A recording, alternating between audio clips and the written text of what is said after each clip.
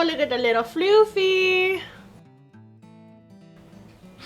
What are you doing? You got my basil plant? Is that it?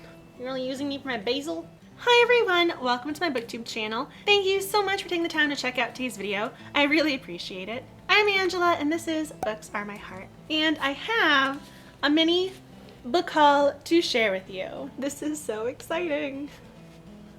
Diving right on in, the first book is The Hate U Give. Everyone and their mother has been talking about The Hate U Give, and unless you've been living under a literary rock, you've probably heard of it by now. This book was inspired by the Black Lives Matter movement, and it's been on the New York Times bestseller list for weeks. I am so excited to read this book and find out why everyone's been enjoying it so much. I am so proud of the YA category for giving this book such a prominent, important spotlight. I have to read this. Next up, we have Goodbye Days. One day, Carter Briggs had it all.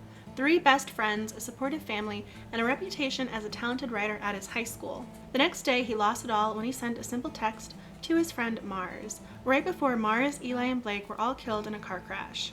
Now Carver can't stop blaming himself for the accident, and he's not the only one. Eli's twin sister is trying to freeze him out of school with her death stare, and Mars's father, a powerful judge, is pursuing the district attorney to open a criminal investigation into Carver's actions. Luckily, Carver has some unexpected allies. Eli's girlfriend, the only person to stand by him at school, Dr. Mendez, his new therapist, and Blake's grandmother, who asks Carver to spend a goodbye day with her to share their memories and say a proper goodbye to his friend.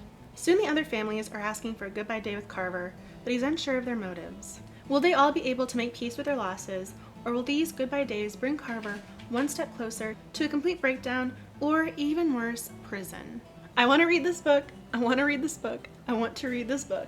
This book just sounds so amazing to me. I can't quite put my finger on it as to why I'm so drawn to this novel, but I really am. I also really appreciate the fact this book is addressing the dangers of texting and driving, and it's really reinforcing the consequences of that action. This is going to get read very soon.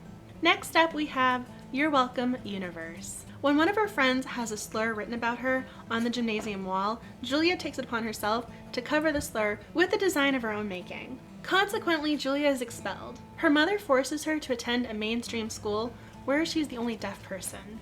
Julia then starts tagging anything and everything she can with her artwork.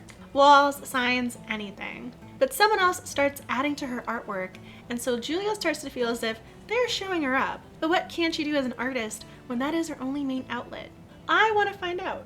I myself am not deaf, nor do I have any hearing loss, but I was really drawn to this book. Julia is an outcast for something that she can't control, and I think a lot of people can relate to that feeling. The first time I was really exposed to deaf culture was watching Switched at Birth. I think it's great that this young adult novel... Hi! He's got his treat. I think it's great that this novel is shining a light on deaf culture and exposing people to something that they may not learn otherwise. I'm happy about that book.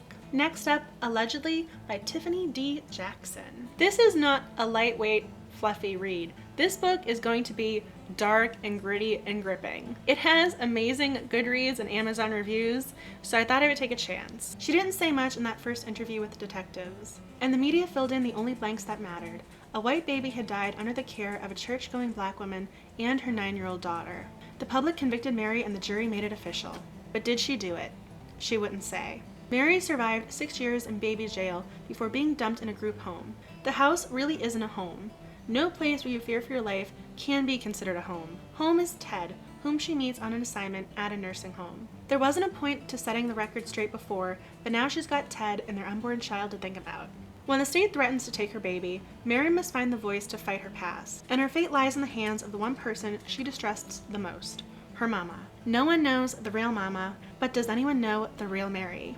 In this gritty and haunting debut, Tiffany D. Jackson explores the gray areas in our understanding of justice, family, and truth, acknowledging the light and darkness alive in all of us. What? Somewhere along the way, this book is going to make me cry. I know that. Last up, #famous.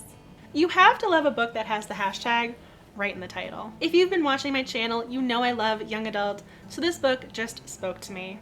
Rachel, a shy writer, has a crush on the king of her high school, Kyle. One day she takes his picture and it goes viral. Hashtag awkward. Now everyone in the world knows about her crush on Kyle, including Kyle. This book is told from alternating perspectives, and I cannot wait to read it.